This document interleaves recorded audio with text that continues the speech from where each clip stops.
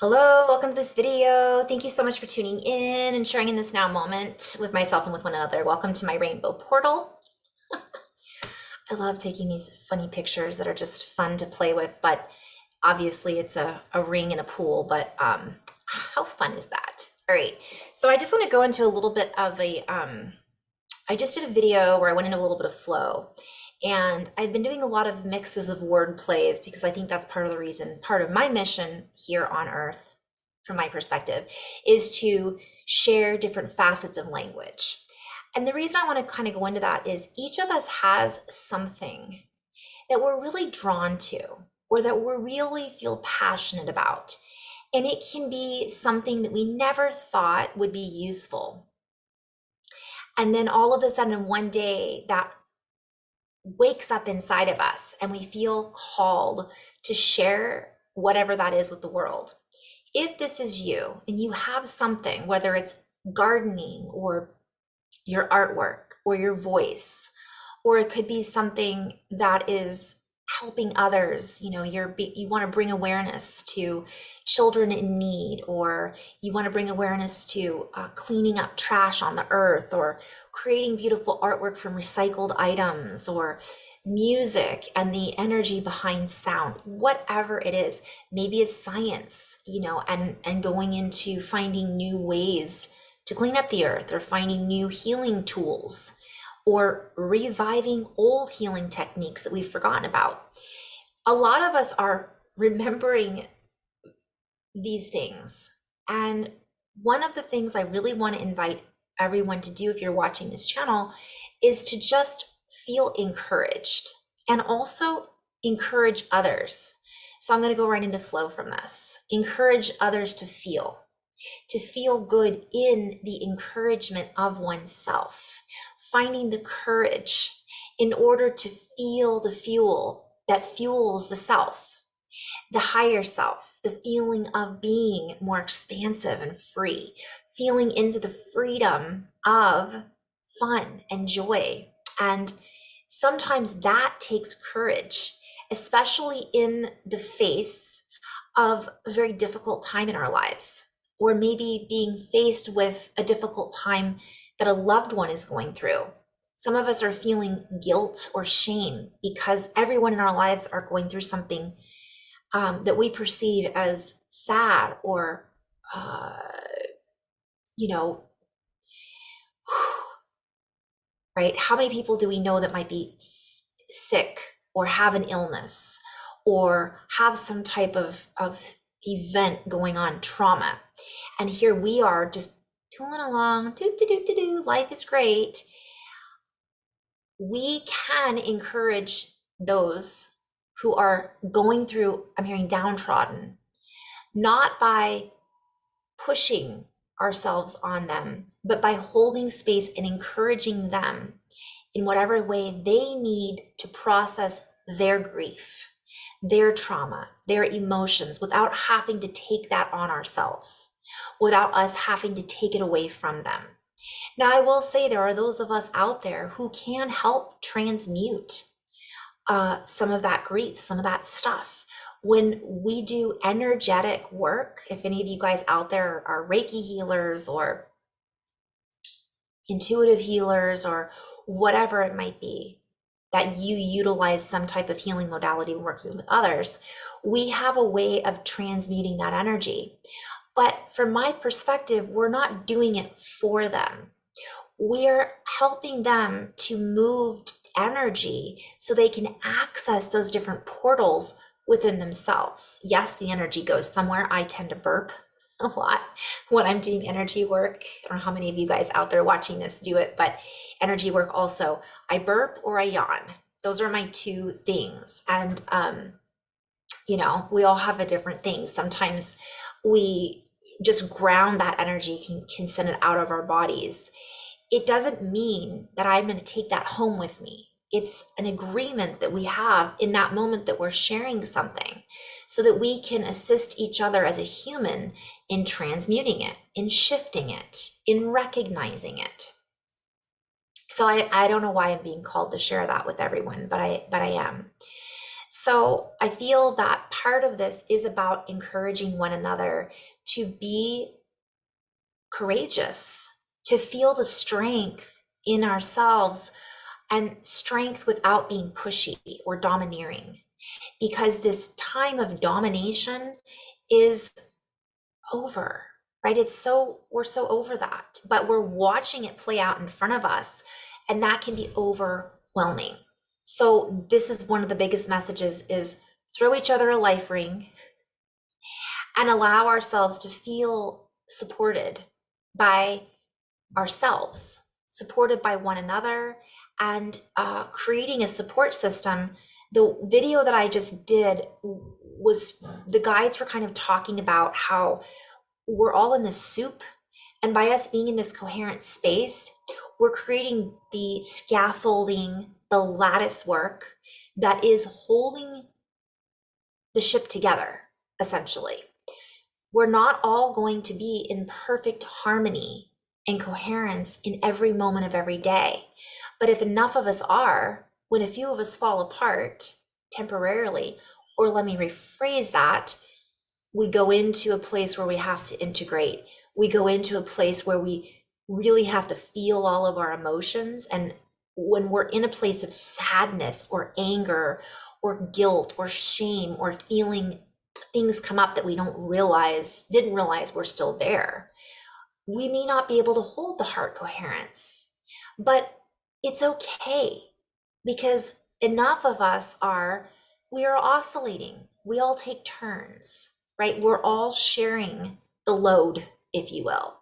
Now, when I say sharing the load, I'm literally seeing a program being loaded into um, this new reality. And it's not a program that sometimes that can bring up fear if we say program, or it's actually like the we are disassembling the old program, the old programming. And we're like, tune in for new programs, tune in for new programming. There's new things that are coming up. And when I play with that, it's actually a new definition. Our old definition of program was like, this is the way we do it. It's very linear. This is how we're going to feel. This is how we're going to flow. This is how this needs to operate. And we're like plugging in and we're saying, no, we're going to disintegrate that. But while that dissolves, we're holding that space that it becomes programmable in a positive way. And I'm being called to play with that, like program, RAM, right? So memory, we're inserting new information, channeling, frequencies, ahas, creative abilities, energetic contributions into, let's call it the matrix that we all exist within. And I'm being called to invite everybody to get out of fear about the word matrix, about the word program, getting out of fear about anything that seems scary or created as a way to control reality. The guides keep sharing with me that that's all been disassembled. It just hasn't all been removed from our view. We can still see it. But what I'm being shown is it's like I'm being shown like a glitch. You know, I'm being shown like you see it, it's there. So it looks like it's real because it's been there the whole time. But then all of a sudden you go to grab it and your hand goes right through it because it's just a holographic imprint. And I'm kind of being shown that we're still dealing with these holographic imprints that have been such a part of our reality that we're still seeing the shadows showing up from that spin. But those are truly no longer, what I'm hearing is they no longer matter. They're not real, even though we think they are. And we think they are so strongly that we're thinking them into our reality. So we're being invited to change our thoughts, right? To shift how we think, to shift how it is that we come to a conclusion, and let go of all of our preconceived notions or ideas about reality. While some are based on a foundation of truth, the foundation in which they were based is now truthfully changed. So, therefore, much of the schematic or the way in which we define reality has also shifted. And so this causes a deformation, play on words, when you're a disinformation, but a deformation in what once seemed like the perfect shape or the perfect ideology. All of a sudden, we're like, that doesn't look right.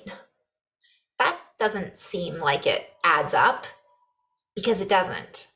Because our dimensional growth has outgrown, I'm hearing our cup runneth over. So the old cup or the old bowl that we were in, we're like outside of that bowl. We're outside of that landmark, is what I'm hearing. So if we're outside of that landmark, the land or the demarcation lines have to be adjusted. And we're in that process now. And so some of the things we're about to, I'm hearing that are about to be disclosed.